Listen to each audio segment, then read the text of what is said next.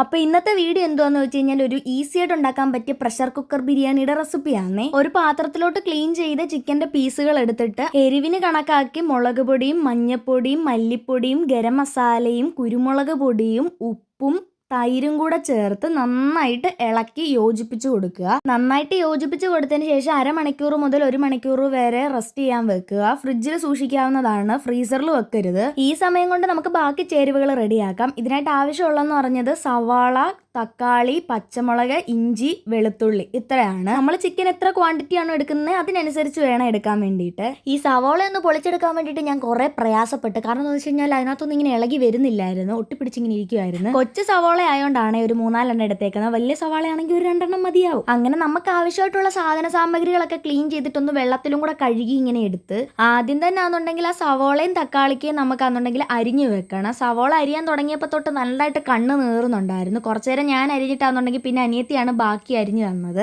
അവളാണെന്നുണ്ടെങ്കിൽ സവാള അരിഞ്ഞ് തന്നിട്ട് മാറി, ബാക്കി തക്കാളിക്ക് ഞാനാണ് അരിഞ്ഞത്. പുള്ളിക്കാരി അവിടെ വേറെ പ്രിപ്പറേഷൻസിലൊക്കെ ആയിരുന്നു. അങ്ങനെ സവാളയും തക്കാളിക്ക് അരിഞ്ഞത് മാറ്റി വെച്ചതിന് ശേഷം ആണെന്നുണ്ടെങ്കിൽ നമ്മുടെ ഇഞ്ചിയും വെളുത്തുള്ളിയും ആ പച്ചമുളകും കൂടെ ആണെന്നുണ്ടെങ്കിൽ നന്നായിട്ടൊന്ന് ചതച്ചെടുത്തു. മിക്സിയുടെ ജാറിലാണെന്നുണ്ടെങ്കിൽ ജസ്റ്റ് ഒന്ന് ക്രഷ് ചെയ്തെടുത്താൽ മതി, നന്നായിട്ട് ഇങ്ങനെ അരഞ്ഞു പോകരുത്. അത് കഴിഞ്ഞ് നമുക്ക് ആവശ്യത്തിനുള്ള അരി അളന്നെടുത്ത് ഞാനിവിടെ ഒരു 1.5 ഗ്ലാസ് അരി എടുത്തിട്ടുണ്ട്.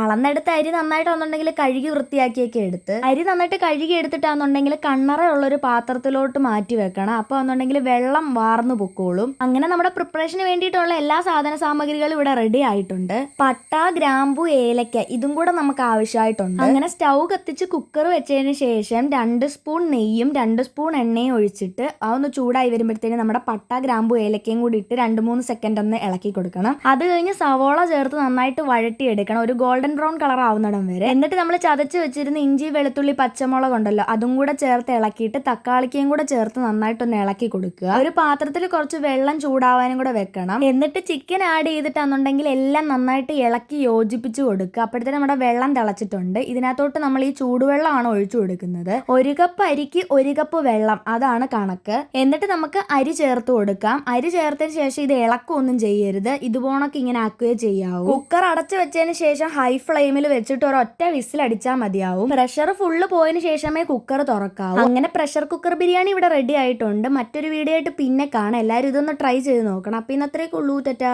By, see U.